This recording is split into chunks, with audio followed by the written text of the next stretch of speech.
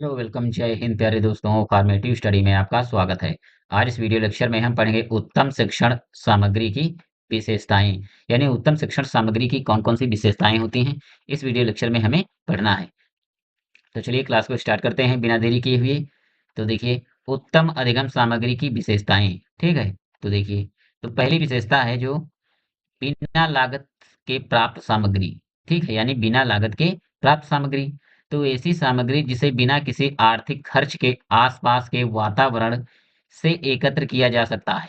यानी ऐसी सामग्री जिसे किसी भी बिना खर्च के आसपास के वातावरण से इकट्ठा की जाती है, उसे हम कहते हैं बिना लागत के प्राप्त सामग्री। तो इससे शिक्षा संसाधनों की निर्भरता कम होती है। यानी इसमें जो शिक्षा के संसाधन होते हैं उन पर निर्भरता कम होती है। ठीक है, और विद्यार्थियों को अपने आसपास से सीखने की प्रेरणा मिलती है। यानी विद्यार्थी जो है अपने आसपास की वस्तुओं से सीख लेते हैं। ठीक है, और उनसे प्रेरणा लेते हैं। तो देखिए उदाहरण, कौन कौन सी ऐसी चीजें हैं जो बिना लागत से प्राप्त होती हैं। तो देखिए, सूखी पत्तियां, पत्तियों की बनावट समझाने हेतु। यानी अगर पत्ती के बारे में समझाना है तो देखिए किसी भी पेड़ की आप पत्ती लीजिए, ठीक है, उसके बारे में समझाइए। छोटे पत्थर गणित में गिनती सिखाने हेतु। यानी अगला है देखिए, छोटे पत्थर यानी गणित में गिनती सिखाने हेतु। अगर बच्चों को देखिए गिनती सिखानी है तो आप छोटे छोटे इस प्रकार पत्थर ले लीजिए। तो देखिए 1 2 3 4 इस प्रकार उनको काउंट करना सिखाइए। पुराने अखबार यानी कला व प्रोजेक्ट हेतु। ठीक है, टूटे खिलौने विज्ञान प्रयोग हेतु। या अगर कोई टूटा खिलौना है तो उसमें आप विज्ञान का प्रयोग समझा सकते हैं। चलिए अब आगे समझते हैं। और देखिए दूसरा है अल्प लागत की सामग्री। ठीक है, लो कास्ट मटेरियल्स। चलिए देखते हैं। तो देखिए, थोड़े बहुत खर्च से या पुनः उपयोग योग्य, यानी पुनः उपयोग योग्य वस्तुओं से तैयार की गई सामग्री। यानी इसमें देखिए अल्प लागत लगती है, यानी कम खर्चा लगता है। कम खर्च में बार बार प्रयोग की जा सकने वाली सामग्री से शिक्षण प्रभावशाली बनता है। देखिए उदाहरण समझिए, थर्माकोल से बनाए गए मॉडल। यानी जो थर्माकोल होता है ये देखिए इसमें कम खर्चा भी होता है। ठीक है, रंगीन चार्ट, पुरानी नोटबुक की खाली सीट से बनाए गए फ्लैश कार्ड। चलिए अब आगे समझते हैं। अगला है देखिए बहुउद्देशीय सामग्री। तो देखिए एक ही सामग्री का उपयोग विभिन्न पाठों या अवधारणाओं के लिए किया जा सकता है। यानी एक ही सामग्री का उपयोग हम कर सकते हैं विभिन्न, अगर पाठों को पढ़ाना है या उनकी अवधारणाओं को समझाना है। ठीक है, इससे शिक्षण में संसाधनों की विविधता बनी रहती है और लागत में कमी आती है। तो देखिए उदाहरण समझिए, जैसे माप टेप, गणित में लंबाई नापने के लिए, विज्ञान में प्रयोग में, ग्लोब भूगोल इतिहास जलवायु अध्ययन में। ठीक है, यानी जैसे गणित में लंबाई मापना है, ठीक है, विज्ञान के प्रयोग करना है। ठीक है, ग्लोब में देखिए भूगोल को दिखाना है या इतिहास है, जलवायु अध्ययन है।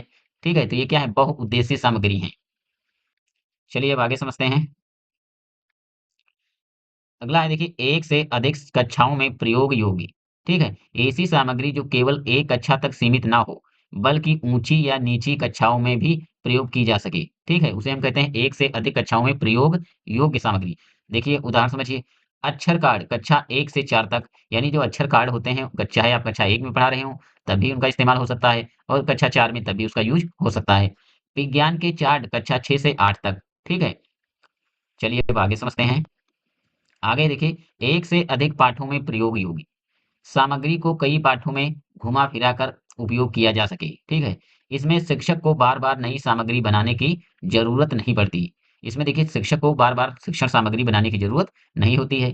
तो देखिए उदाहरण है, जैसे मानचित्र है, भौगोलिक सीमाएं, मानचित्र में आप देखिए भौगोलिक सीमाएं दिखा सकते हैं।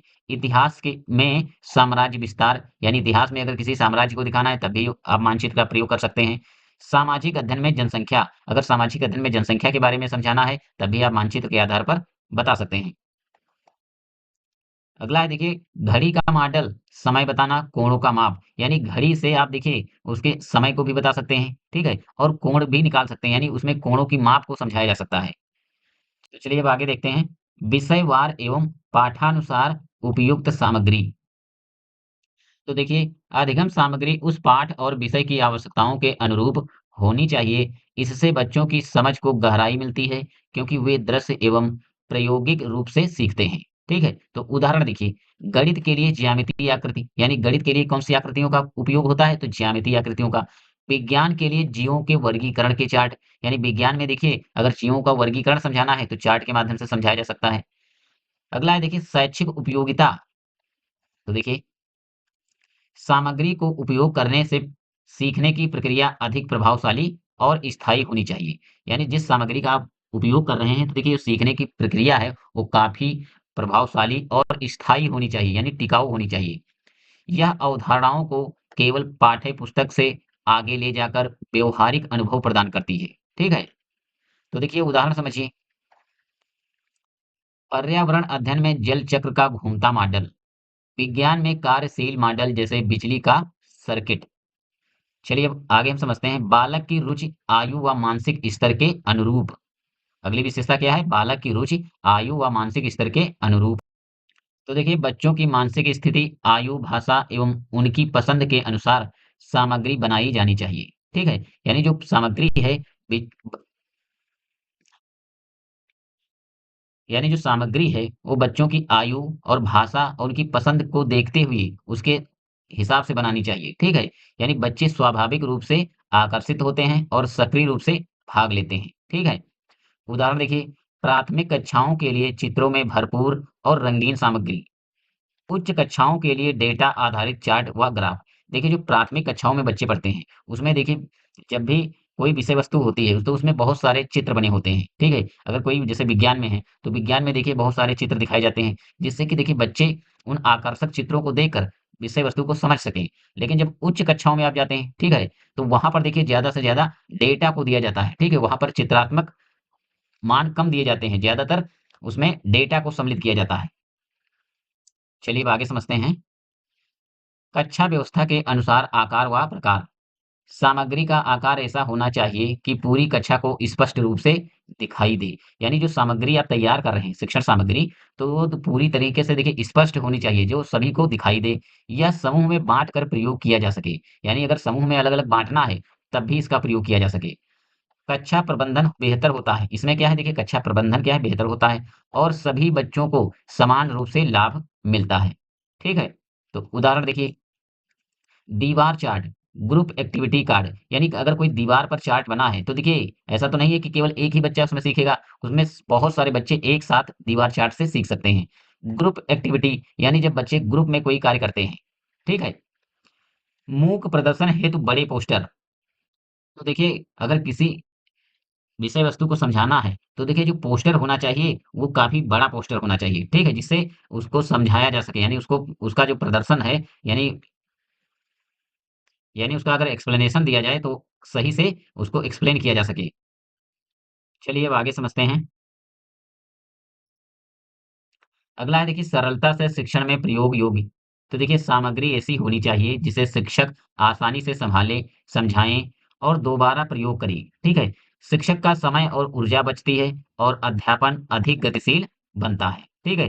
तो देखिए उदाहरण, चित्र कार्ड, स्लाइड्स जिन्हें केवल दिखाकर समझाया जा सके। यानी चित्र कार्ड जो होते हैं, उन्हें दिखाकर बच्चों को समझाया जा सकता है। स्लाइड्स के माध्यम से भी सिखाया जा सकता है। मोबाइल आधारित ऐप या क्यूआर कोड आधारित वीडियो।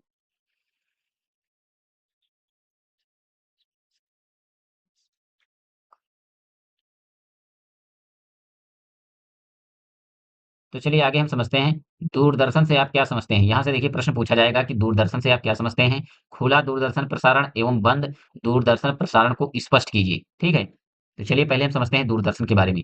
यानी दूरदर्शन संचार साधनों में सबसे प्रभावशाली तथा सशक्त माध्यम है।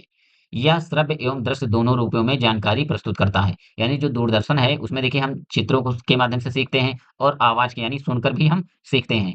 जिससे यह शिक्षा के क्षेत्र में भी अत्यंत उपयोगी सिद्ध हुआ। यानी दूरदर्शन का उपयोग हम शिक्षा के क्षेत्र में भी करते हैं। दूरदर्शन का सर्वप्रथम प्रयोग सन 1936 ईस्वी में लंदन में किया गया। ठीक है? फर्स्ट टाइम दूरदर्शन कहाँ प्रयोग किया गया? 1936 में। वहीं अमेरिका में हार्वर्ड विश्वविद्यालय के हेराल्ड हंट नामक व्यक्ति ने टेलीविज़न को एक शैक्षिक उपकरण के रूप में प्रयोग कर शिक्षा में इसकी उपयोगिता सिद्ध की। ठीक है? चलिए अब आगे समझते हैं। तो देखिए, भारत में दूरदर्शन का प्रथम प्रयोग 15 अगस्त 1959 को दिल्ली में हुआ। ठीक है? तो भारत में दूरदर्शन का प्रयोग सबसे पहले कहाँ हुआ? 15 अगस्त 1959। इसके पश्चात मुंबई, चेन्नई, कोलकाता, श्रीनगर, अमृतसर, जालंधर, पुणे तथा लखनऊ में टीवी रिले केंद्र स्थापित किए गए। ठीक है? 1 अप्रैल 1976 को दूरदर्शन को ऑल इंडिया रेडियो से अलग कर दिया। ठीक है? यानी 1 अप्रैल 1976, यानी जो दूरदर्शन था वो ऑल इंडिया रेडियो से अलग हो गया। स्वतंत्र रूप से स्थापित किया गया और इसका नाम दूरदर्शन रखा गया। ठीक है? फिर देखिए जब स्वतंत्र रूप से इसको स्थापित किया गया तो इसका नाम क्या रखा गया? दूरदर्शन। प्रारंभ में इसे मनोरंजन के साधन के रूप में देखा गया। यानी जो स्टार्टिंग में था केवल दूरदर्शन का उपयोग हम मनोरंजन के साधन के रूप में करते थे। यानी फ़िल्में देखते थे, गाना सुनते थे। किंतु धीरे-धीरे इसका शैक्षिक उपयोग भी आरंभ हुआ। फिर क्या है धीरे-धीरे हम शिक्षा के क्षेत्र में भी इसका उपयोग करने लगे। चलिए समझते हैं खुला दूरदर्शन प्रसारण, ठीक है? Open broadcast. तो देखिए, खुला दूरदर्शन वह होता है जिसे कोई भी व्यक्ति बिना किसी विशेष उपकरण या सदस्यता के सीधे टेलीविज़न पर देख सकता है। यानी इसमें इसको देखिए क्या है जो खुला दूरदर्शन होता है वो हम निःशुल्क यानी बिना किसी खर्चे के देख सकते हैं, ठीक है? यह सार्वजनिक प्रसारण होता है, यानी इसको देखिए हर कोई देख सकता है और अधिकतर शैक्षिक, सामाजिक व सूचनात्मक कार्यक्रमों को दिखाता है। ये देखिए कौन-कौन से कार्यक्रमों को दिखाता है? तो देखिए सामाजिक है, शैक्षिक है या सूचनात्मक कार्यक्रमों को दिखाता है, ठीक है? तो देखिए उदाहरण समझिए, दूरदर्शन नेशनल यानी जो अगर बहुत पहले जब पुरानी टीवी हुआ करती थी, जो सादी टीवी, तो उस पर देखिए एक चैनल हुआ करता था डीडी नेशनल, उस पर देखिए बहुत सारे प्रोग्राम आते थे, ठीक है? जैसे ज्ञान दर्शन और अगला देखिए स्वयं प्रभा, लोकसभा टीवी यानी प्रधानमंत्री ई-विद्या चैनल आदि। चलिए अब आप समझते हैं बंद दूरदर्शन प्रसारण, क्लोज्ड सर्किट टीवी, ठीक है? तो देखिए बंद दूरदर्शन एक सीमित क्षेत्र या संस्था के भीतर प्रसारित होने वाला दूरदर्शन होता है, ठीक है? यह केवल एक निश्चित समूह जैसे विद्यालय, प्रशिक्षण केंद्र, कॉलेज, शोध संस्थान तक ही सीमित रहता है, ठीक है? तो देखिए जो बंद दूरदर्शन होता है, ये कहाँ तक सीमित रहता है? जैसे विद्यालय में हो गया, प्रशिक्षण केंद्र हो गए, कॉलेज हैं, शोध संस्थान तक ही सीमित रहता है, ठीक है? तो देखिए इसका उपयोग स्मार्ट क्लासरूम, ठीक है? विद्यालयों के प्रशिक्षण केंद्र, सीसीटीवी आधारित निगरानी और शिक्षण, मेडिकल व तकनीकी संस्थानों में लाइव डेमो, ये क्या है? बंद दूरदर्शन के उपयोग हैं। चलिए अब आगे समझते हैं दूरदर्शन का शिक्षण में महत्व। चलिए देखते हैं शैक्षिक महत्व यानी दूरदर्शन के शैक्षिक महत्व। तो दूरदर्शन श्रव्य दृश्य माध्यम होने के कारण शिक्षण को अधिक प्रभावशाली और समझने योग्य बनाता है। यानी दूरदर्शन की मदद से देखिए बच्चे क्या है बहुत आसानी से शिक्षण कार्य को कर पाते हैं और बहुत ही प्रभावशाली तरीके से सीखते हैं। क्योंकि देखिए इसमें चित्र भी दिखाई देता है और सुनाई भी देता है। तो देखिए जब भी हम देखते हैं और सुनते हैं तो बहुत जल्दी समझ में आता है। अगला है देखिए यह छात्रों की रुचि यानी देखिए जो दूरदर्शन है छात्रों की रुचि को जगाता है, जिज्ञासा और उनकी देखिए सोचने या और सीखने की जिज्ञासा को बढ़ाता है और ध्यान को आकर्षित करता है। यानी दूरदर्शन के माध्यम से देखिए बच्चों का जो है ध्यान आकर्षित होता है, जिससे वे विषय वस्तु को लंबे समय तक याद रखते हैं। यानी देखिए दूरदर्शन की मदद से किसी भी विषय वस्तु को अगर समझाया जाए बच्चों को तो लंबे समय तक याद रख पाते हैं। अगला है देखिए ग्रामीण और दूर-दराज क्षेत्रों के विद्यार्थियों को गुणवत्ता युक्त शिक्षा प्राप्त होती है, ठीक है? जो ग्रामीण क्षेत्रों में बच्चे रहते हैं या बहुत दूर-दराज क्षेत्रों में, तो देखिए दूरदर्शन के माध्यम से उनको शिक्षित किया जा सकता है, ठीक है? यह एक समान शैक्षिक सामग्री को बड़ी संख्या में छात्रों तक पहुँचाने का सशक्त साधन है। यानी एक ऐसा साधन है, जिससे बड़ी संख्या में काफ़ी दूर तक पहुँचाया जा सकता है और ज़्यादा संख्या तक पहुँचाया जा सकता है, ठीक है? अगला देखिए विज्ञान, गणित, भूगोल जैसे विषयों को प्रयोगों, मॉडल और ग्राफिक्स के माध्यम से सरलता से समझाया जा सकता है। यानी अगर विज्ञान को समझाना है तो देखिए प्रयोग के माध्यम से समझा सकते हैं। गणित समझाना है, मॉडल है, ग्राफिक्स है, आदि की मदद से समझाया जा सकता है। ठीक है? यानी विज्ञान, गणित और भूगोल को। अगला है देखिए शिक्षकों के लिए प्रशिक्षण कार्यक्रमों का प्रसारण कर उन्हें नवीनतम शिक्षण विधियों की जानकारी दी जाती है। यानी दूरदर्शन की मदद से शिक्षण यानी जो टीचर होते हैं यानी उनको प्रशिक्षण दिया जा सकता है, ठीक है? जिससे कि वो नवीन यानी नई-नई विधियों को सीख सकें। अगला देखिए यह बच्चों को वैश्विक ज्ञान समसामयिकी घटनाओं और सामान्य ज्ञान से जोड़ता है। यानी जो दूरदर्शन है, ये ग्लोबल यानी विश्व लेवल के ज्ञान को दिखाता है और डेली करंट अफेयर इसकी भी जानकारी मिल जाती है दूरदर्शन से। कक्षा शिक्षण में विविधता और नवीनता लाने का प्रभावी माध्यम है। यानी कक्षा में देखिए डायवर्सिटी लाई जा सकती है और नए तरीके से सिखाया जा सकता है। चलिए अब आगे समझते हैं। विशेष अवस्था वाले बच्चों के लिए अनुकूल शिक्षण कार्यक्रम बनाए जाते हैं। यानी जिनको देखिए वे बच्चे जिनको विशेष आवश्यकता है, जैसे किसी प्रकार डिसेबिलिटी है, जैसे कोई सुन नहीं सकता या बोल नहीं सकता या कोई बच्चा विकलांग है, तो उन बच्चों को सिखाने के लिए दूरदर्शन एक अच्छा साधन हो सकता है। तो चलिए अब हम समझते हैं शिक्षण अधिगम सामग्री के रख-रखाव में मुख्य सावधानियाँ। ये जो हमने प्रश्न लिया है ये लास्ट वाले लेसन का है। क्योंकि देखिए इससे पहले कुछ ऐसी चीज़ें हैं जो इस लेसन में लास्ट वाले लेसन में थी वो हम पहले ही पढ़ चुके हैं, ठीक है? और इस लेसन में केवल ये बहुत ही छोटा-सा लेसन है। इसमें केवल इम्पोर्टेंट यही चीज़ है जो बार-बार पूछी जाती है। यानी शिक्षण अधिगम सामग्री का रख-रखाव कैसे करते हैं हम, ठीक है? तो बस इसी को हम समझ लेंगे। बस इसके बाद देखिए हमें पढ़ने की ज़रूरत नहीं है। बस अब हम क्या करेंगे शिक्षण अधिगम का डेली रिवीजन करवाएँगे आपको। तो देखिए, अगर हाँ, आपको लगता है कि कोई क्लास छूट रही है या कोई चैप्टर ऐसा है जो छूट रहा है, तो आप बताइए, हम उसका देखिए अलग से क्लास ले लेंगे। ठीक है? तो देखिए, तो शिक्षण अधिगम सामग्री के रख-रखाव तो देखिए, उचित स्थान पर भंडारण यानी प्रॉपर स्टोरेज पैलेस। तो देखिए उचित स्थान पर भंडारण, प्रॉपर स्टोरेज प्लेस। सामग्री को ऐसी जगह पर रखें जहां धूप, नमी या बारिश ना पहुंचे। एक साफ, सूखी और सुरक्षित अलमारी या स्टोर रूम होना चाहिए। ठीक है? यानी शिक्षण अधिगम सामग्री को हमें कहाँ पर रखना है? यानी साफ-सुथरी जगह पर रखना है। ठीक है? सूखी जगह पर रखना है जहाँ पर पानी ना आए। ठीक है? और एक अलमारी में स्टोर करके रखना है। ये सामग्री तक पहुँच आसान होनी चाहिए। ताकि ज़रूरत के समय तुरंत उपयोग किया जा सके, ठीक है? जैसे आप जहाँ पर बैठकर पढ़ते हैं, मान लीजिए आपकी टेबल है यहाँ पर, ठीक है? और कुर्सी पड़ी है, तो यहाँ पे जब आप बैठकर पढ़ते हैं, तो सारी किताबें आप उस मेज़ पर रखते होंगे। लेकिन अगर यही किताबें हैं, अगर आप पढ़ते यहाँ पर बैठकर हैं और किताबें कहीं दूर रख दी जाए, तो देखिए अगर ज़रूरत आपको पड़ेगी पढ़ने के लिए, तो वो किताब बहुत दूर रखी है, तो देखिए आप क्या करेंगे, आलस के मारे उस किताब को वहाँ लेने नहीं जाएँगे। तो यानी सामग्री को ऐसी जगह रखिए, जहाँ पर तुरंत आसानी से वहाँ तक पहुँचा जा सके, ठीक है? चलिए अब आगे समझते हैं। अच्छी गुणवत्ता की वस्तुओं का प्रयोग हमेशा मजबूत, टिकाऊ, गुणवत्तापूर्ण सामग्री का उपयोग करें। यानी सामग्री ऐसी होनी चाहिए जो काफ़ी मजबूत, टिकाऊ और गुणवत्तापूर्ण होनी चाहिए, यानी क्वालिटी वाली होनी चाहिए, ठीक है? घटिया गुणवत्ता की चीज़ें जल्दी खराब हो जाती हैं, यानी अगर आपने अच्छी चीज़ें नहीं खरीदी हैं, वो बहुत जल्द खराब हो जाएँगी और बार-बार बदलनी पड़ती हैं, ठीक है? जैसे मोटे कागज़ के चार्ट, अच्छे प्लास्टिक या लकड़ी के मॉडल, मानक ब्रांड के डिजिटल उपकरण, ठीक है? अगला है देखिए कीड़ों और जीवों से सुरक्षा। चलिए समझिए। तो देखिए दीमक, चूहे, कॉकरोच आदि से बचाने के लिए सामग्री के पास कीटनाशक करवाना चाहिए। ठीक है? यानी जैसे कीड़ों से अगर बचाना है तो ऐसी जगह रखिए जहाँ पर दीमक, चूहे या कॉकरोच ना पहुँच सके। ठीक है? कागजी सामग्री यानी कागजी सामग्री जैसे चार्ट, नक्शे, पुस्तकें को प्लास्टिक फ़ोल्डर या फ़ाइल में रखें। यानी जो भी कागज़ वाले आपकी सामग्री है, यानी कागज़ वाली जितनी सामग्री है उसको किसी प्लास्टिक फ़ोल्डर में सेफ रखें, यानी सुरक्षित रखें।